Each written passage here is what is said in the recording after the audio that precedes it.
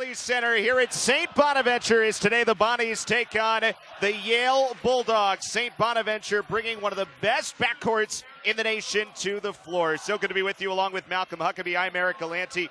Malcolm, St. Bonaventure has the top returning duo in terms of scoring. Matt Mobley has led the way so far this year. Right now, he's top 20 in all of college basketball, averaging 20 points per game. And his backcourt mate, we're going to take a look at him as well, too.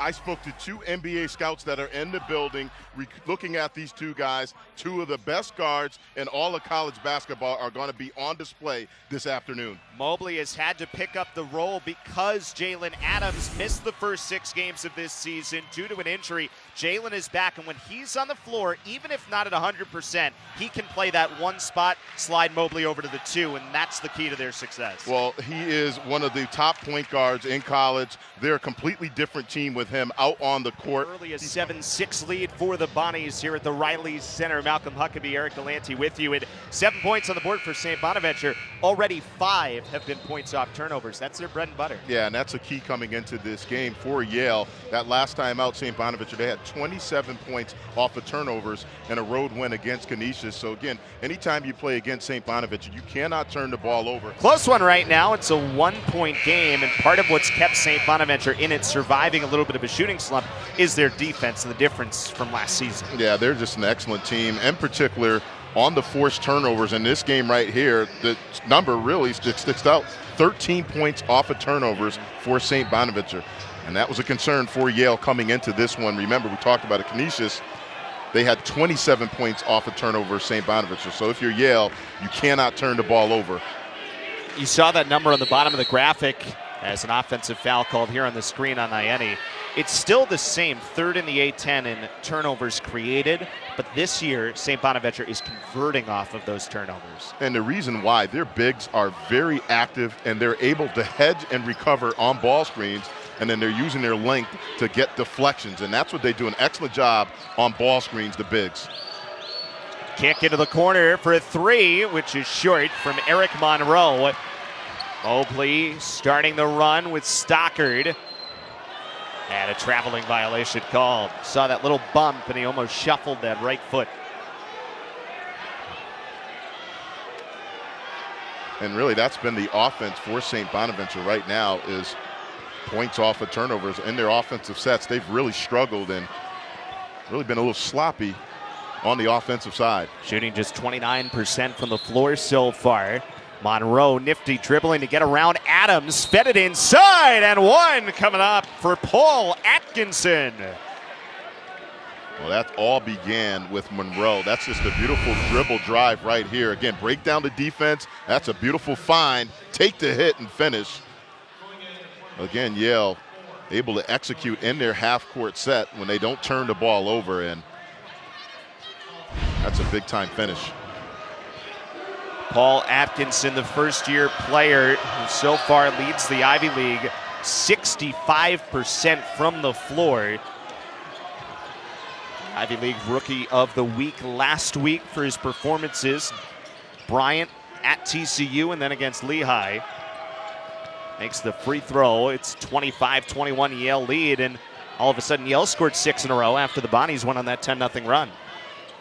Mobley all the way in, and he missed on the runner. Stockard following it up.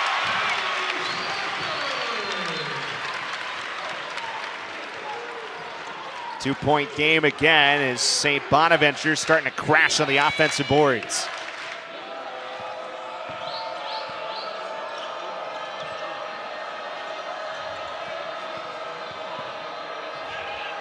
Copeland looking for help, got Trey Fills, made a couple of threes earlier. Now it's turned over again to St. Bonaventure. Short on the runner for Idris Taki. And a jump ball will give possession to Yale. Well, if you're going to turn the ball over, obviously you don't want to do that, but your transition defense must be good against St. Bonaventure. That's a good job getting back off of the turnover that time by Yale and regaining possession.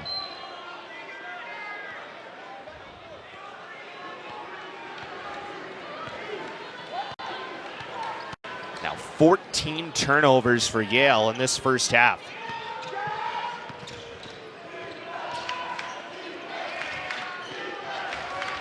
A half that Yale has led for the majority of the time. Here's Swain, kick to Atkinson. Again, another dribble drive, and Atkinson, you can see why the Yale staff is so high on this freshman. Very efficient, and that time finishing with authority. Stockard on the other end missed with the right hand, and the rebound bounced off of Atkinson and goes to Reynolds. Atkinson, who on the season is averaging 8.5 points a game, he's up to nearly 11 over his last 3. I've been impressed with his defensive presence as well, too. That's an area where freshmen typically struggle on the defensive side, but Atkinson has provided a nice interior presence for Yale. Right here, this is this beautiful dime and finish by the freshman, Atkinson. Foul called underneath, which sends Atkinson back to the free throw line. Paul Atkinson is a senior, 21 points a game at Westminster Academy out of West Palm Beach after that last foul on Josh Ianni. Foul trouble, a little bit of an issue still for Ianni in his sophomore season. We mentioned his great play last time. He was 7 of 8 from the floor, but only played 14 minutes because of foul trouble. Yeah, they definitely need his production and presence out on the court as Atkinson knocks down another free throw. And we took a look at the Yale coaching staff. Timeout taken here late in the first half. 29-23 as Yale has stretched this lead out once again. Today we'll have a trifecta of events for you on ESPN at 4 Eastern, 1 Pacific. It's MLS Cup between Toronto FC and the Seattle Sounders. Then at 8, the Heisman Trophy presentation. And following that at 9 Eastern, 6 Pacific, top-ranked boxing, the WBO junior lightweight title fight between Vasily Lomachenko and Guillermo Ringado. Everything on ESPN and the ESPN app.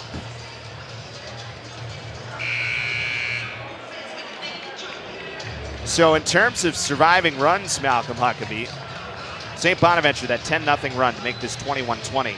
It's a pretty strong answer by Yale. They've been impressive on both ends. Offensively, when they have not turned the ball over, they've gotten high-quality looks, but I've been more impressed what they've been able to do to St. Bonaventure on the defensive side. They've completely taken them out of their offensive sets.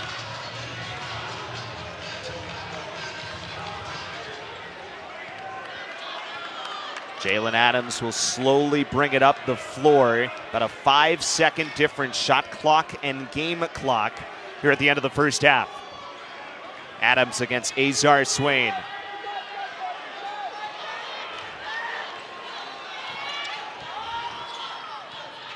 Down to 6 to shoot.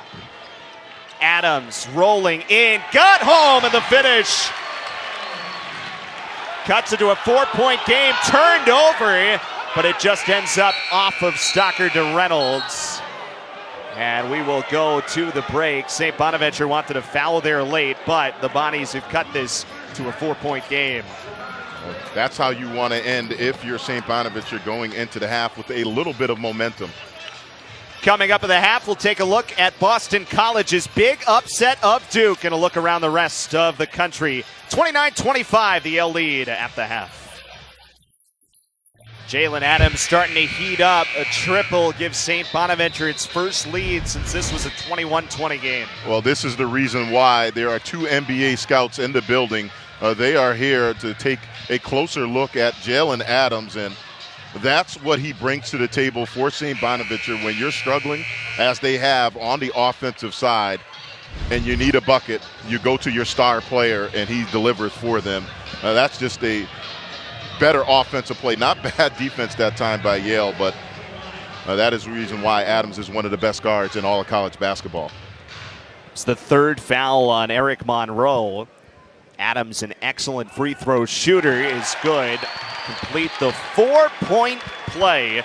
3 for 3 on the floor today. He is now 15 for 17 from the line, and this is 3rd game of the season.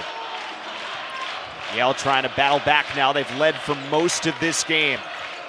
Going into the student section at St. Bonaventure. Pass is picked up. Adams has got Stockard. And a couple of free throws coming up for Courtney Stockard, a redshirt junior from St. Louis. And that defensive play was all set up by Jalen Adams. Again, realizing they switched.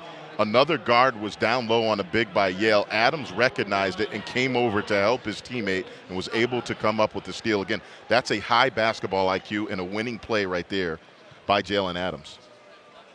Stockard is at 67% from the line. This is a young man who he was almost going to leave the game entirely, battling leg injuries the last 2 years. He injured his bone in his foot in the fall of 2015, re-injured the same bone in the first practice before last season, then missed the first 2 games before Maryland this year with a groin injury. He's trying to work himself back into form. It's been a big X factor for St. Bonaventure. Yeah, and when he's healthy, he brings so much to the table. And speaking with the coaching staff, again, they just want him, big key thing with him, just stay healthy, as he's a talented player. Copeland blocked. That was Taki who got a piece. St. Bonaventure had numbers momentarily. What a pass to the foul!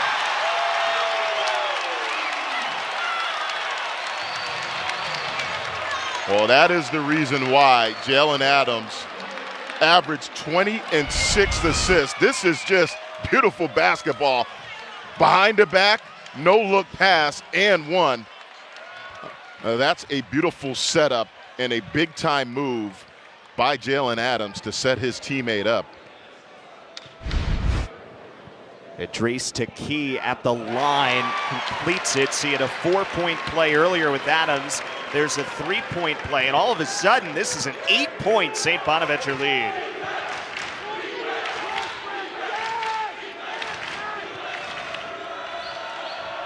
Reynolds spinning against Stockard, got it out for Yates. Noah Yates trying an arcing one on the run. It's out of bounds off of St. Bonaventure. It's an 18-6 Bonnies run and the lead by 8. Well, in that first half, Yale was getting quality open looks. In the second half, St. Bonaventure has clamped down on the defensive end, and they've contested all of the Yale shots. Swain got it in deep for Noah Yates.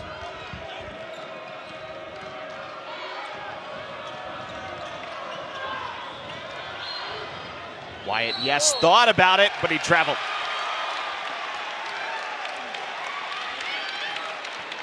Well, yes, should have shot the first one, was wide open, really little short baseline jumper, decided not to shoot it, and another turnover for Yale. St. Bonaventure has a chance to stretch to double digits for the first time. Copeland took it away. Got in the passing lane looking for Mobley down low. Copeland himself got the pass back for Reynolds, who's got the second effort. 9 points for Blake Reynolds on 4 of 10 shooting. 43-37. Adams taking it in. Couldn't get the left hand, but an offensive board by Idris Taki, third-year co-captain of the Bonnies. Mobley, foul called on the floor. That's already 6 on Yale, so a lot of free throws for St. Bonaventure coming down the stretch. And that's not what you want. In particular, Mobley and Adams, excellent free throw shooters. Both those guys over 80%, and you do not want to put them in the bonus this early in the second half.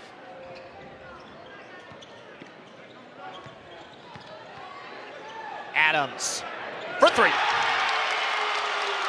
16 for Jalen Adams.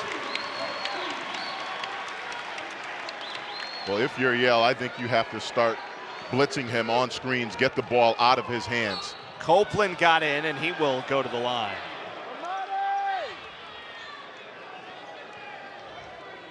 Well, Eric, I've been impressed with Copeland for Yale. Now, he's not been in double digits in terms of points, but his attacking has been impressive, and he has been in attack mode throughout this game. He's been able to get in the lane and either find his teammates or try to get some opportunities at the rim for Yale. Alex Copeland, who took a giant leap last year as a sophomore, getting a lot of playing time with Makai Mason out for the season. 13 games as a rookie, that was it. Tied with the team leading scoring last year with Mie Oni, 10th in the Ivy League. Almost 13 points a game. Got a couple of free throws here.